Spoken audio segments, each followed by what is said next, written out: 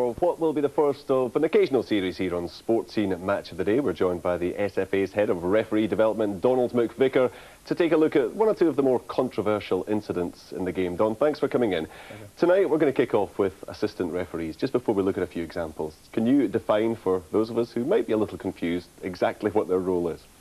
As the name implies, they're there to assist the referee. It might surprise you to know that they don't actually make any decisions, but they could advise the referee to make decisions on certain aspects, and it's obviously foul play or a goal kick, corner kick, offside, etc. Right, let's take a look at one or two incidents. We've got three initially here, which perhaps don't show them in the best light. The game between Kilmarnock and Motherwell, and a debatable penalty. That's right. It was a long ball. The referee was well down the park. He was in good position for the play, but he was well down the park. And what happened was that three players ended up in a tangle.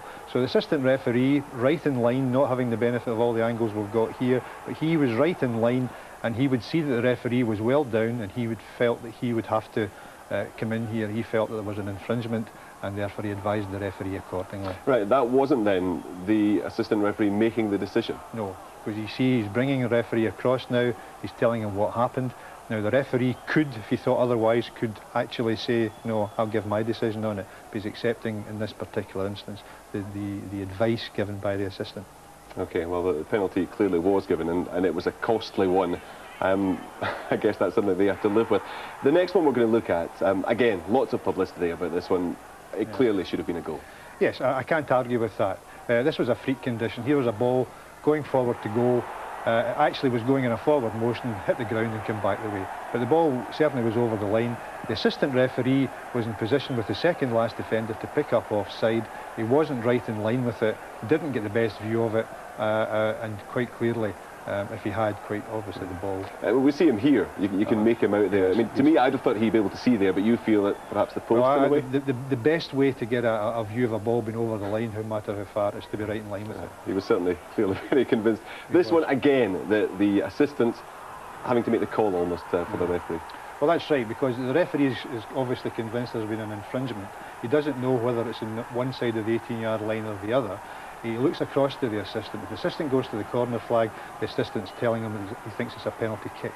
If the assistant stays at the 18-yard line, he's telling him it was outside the penalty box. And I think that was the assistant's view in this particular case. There must be a real frustration for referees, though, in a situation like that, when the call is made and they discover later it was a wrong call. Oh, I think so. Nobody likes to make a mistake, and I think when they watch the footage later and they see the mistakes happen, yeah, they're not happy about it, and you know, they would want to try and rectify these things and try to make as few errors as possible.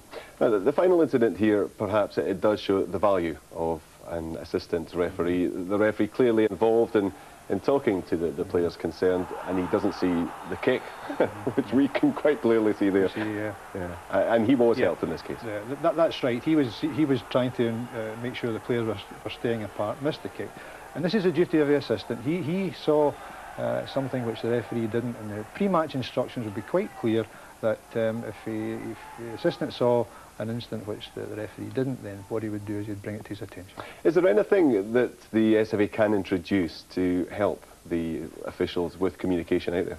We'll always look at ways of helping referees. Anything for the benefit of referees we'll look at. We have tried an experiment in the last 2 months with referees being wired up to the assistants, in 2 reserve games in fact, but it's a start.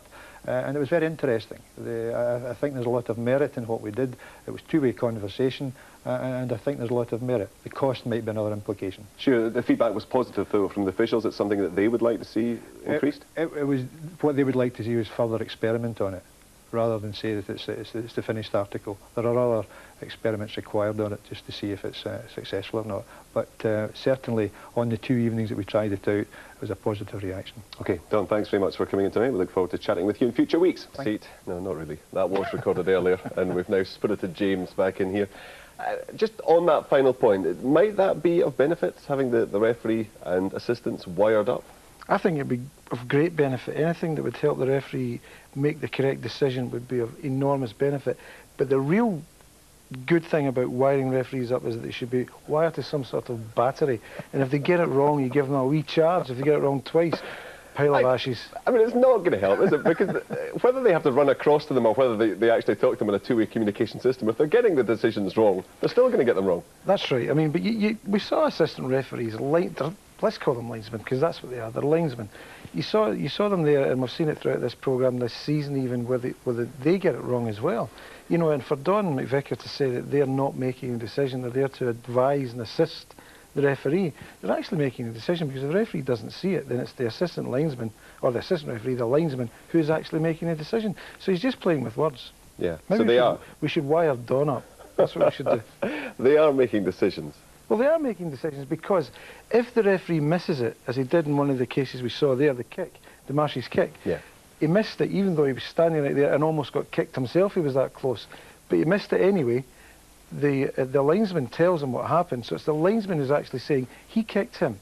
So the referee, you may say, he made the decision to send him off, but it's actually on the linesman's say-so. It's the same thing. Absolutely. Okay.